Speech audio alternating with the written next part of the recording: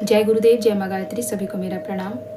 गुप्त नवरात्रि की आप सभी को बहुत बहुत शुभकामनाएं।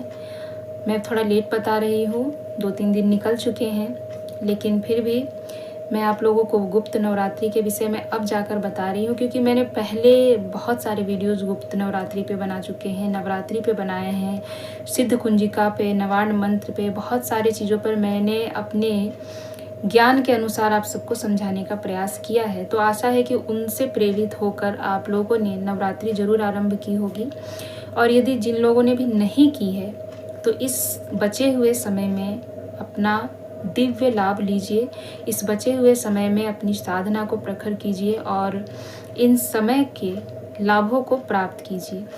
मैं इसलिए कह रही हूँ क्योंकि ये समय बहुत दिव्य है। इसे एक संयोग कहिए या फिर यूँ समझिए कि एक तो नवरात्रि का समय अपने आप में एक दिव्य वेला होती है। जो भी हमारे वर्ष में 4 नवरात्रियाँ आती हैं, कहते हैं कि यदि आप 365 दिन कोई भी पूजा पाठ यदि नहीं करते हैं, लेकिन इन 4 नवरात्रियों में अगर आपने ढंग से पूजा पाठ कर ली तो साल भर की पूजा के बराबर इन 4 नवरात्रियों के फल में आपको मिल जाता है। अक्सर आपने देखा होगा कि बहुत सारे लोग हैं जो कभी पूजा पाठ नहीं करते, लेकिन वो सावन के 1 माह नियमतः पूजा भी करते हैं और कुछ चीज़ों का त्याग करते हैं। जैसे अगर वो मांसाहार करते हैं तो उसका त्याग करते हैं, ऐसे नवरात्रियों में ही भी करते हैं।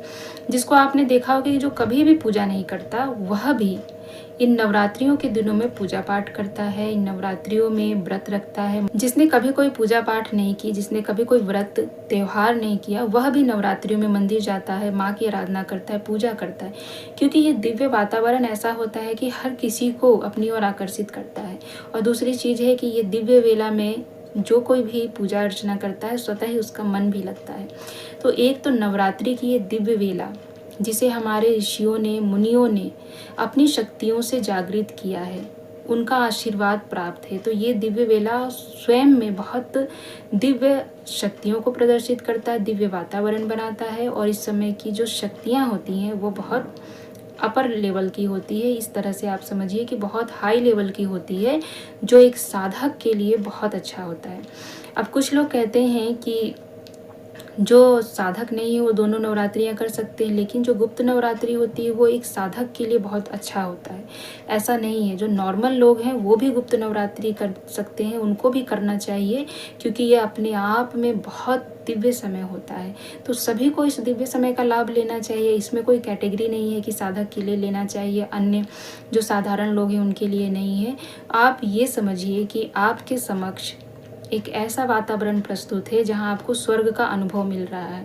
तो वैसे वातावरण में कहेंगे कि साधारण व्यक्ति के लिए नहीं है और ये साधक के लिए है, तो आप सोचिए कि साधारण व्यक्ति भी उस जगह पर जाना चाहेगा और अन्य लोग जो है वो भी जाना चाहेगा, और जिसने कभी कोई भक्ति नहीं की वो भी उस समय में जाना चाहेगा। तो इसलिए किसी के लिए समय डिवाइडेड नहीं है, इसमें सभी जा सकते हैं। और दूसरा भी आप लोगों को पता है, अम्बुबाची मेला। अम्बुबाची मेला अपने आप में एक दिव्य समय माना जाता है। इस समय माता जो रजस्वला होती हैं, 4 दिनों के लिए, 3 दिनों के लिए उनका पट बंद होता है और बहुत सारी दिव्य चीज़ें इस समय होती हैं। इन दिनों में माता के यहाँ बहुत सारी दिव्य घटनाएं होती हैं, जैसे कि उनके गुफा में एक सफ़ेद वस्त्र रख दिया जाता है और उस पट को बंद कर दिया जाता है। जब 3 दिनों के बाद ये पट खुलता है तो स्वतः ही जो है वो लाल हो जाता है, यानी कि जो माँ के मासिक धर्म आते हैं, कहा जाता है कि उस रक्त से ये कपड़ा लाल हो जाता है और 3 दिनों के बाद यही वस्त्र माता के प्रसाद के रूप में औरों को बांटा जाता है, भक्तों को बांटा जाता है। और कहते हैं कि इस वस्त्र में इतनी शक्तियाँ होती है कि जो आपको राजयोग दिला सकता है, जो आपको रंक से राजा बना सकता है। इसमें इतनी शक्तियाँ हैं कि यदि यह वस्त्र आपके पास है तो कोई आपका बाल बांका नहीं कर सकता।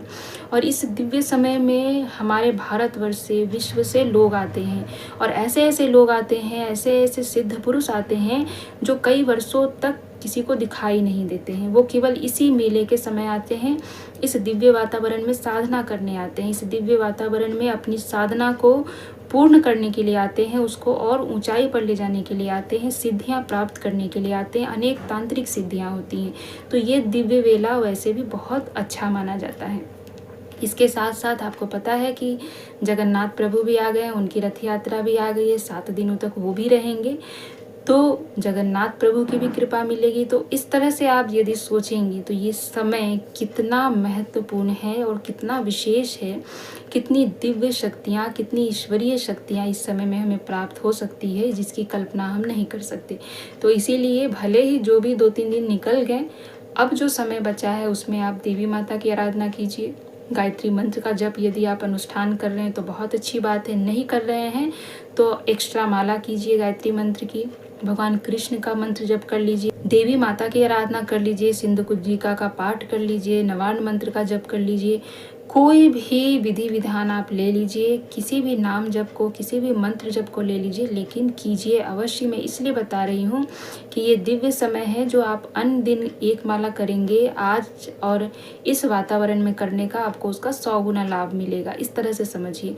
तो इसलिए बहुत ज़रूरी है इस दिव्य समय का लाभ उठाइए और इसको आप अपने आनंद के लिए, अपनी खुशियों के लिए, माँ से जुड़ने के लिए, ईश्वर से जुड़ने के लिए उपयोग कीजिए। तो ये समय बहुत अच्छा है। भले ही मैंने आपको देर से बताया, लेकिन अभी भी कुछ नहीं बिगड़ा है। इन दिनों में एक दिन भी यदि आपने साधना कर ली तो बहुत है। जैसे कि दीपावली की एक रात्रि को भी इंसान बहुत कुछ पा सकता है, जन्माष्टमी की एक रात्रि को भी अपनी साधना को, अपनी मंत्रों को सिद्ध कर सकता है, दीपावली में सिद्ध कर सकता है, होली में सिद्ध कर सकता है। तो जब ये एक दिन इतना काफ़ी है तो अभी हमारे पास नवरात्र के बहुत सारे दिन बचे हैं। इन दिनों में भी आप अपनी साधना का कुछ अंश अवश्य प्राप्त कर सकते हैं, कुछ अच्छा फल आपको देखने को मिल जाए, यही मेरी ईश्वर से, यही मेरी माता रानी से प्रार्थना है। तो इन दिनों को व्यर्थ न जाने दें, इन दिनों जरूर अपनी उपासना साधना को स्टार्ट करें और कुछ न कुछ एक्स्ट्रा ज़रूर करें।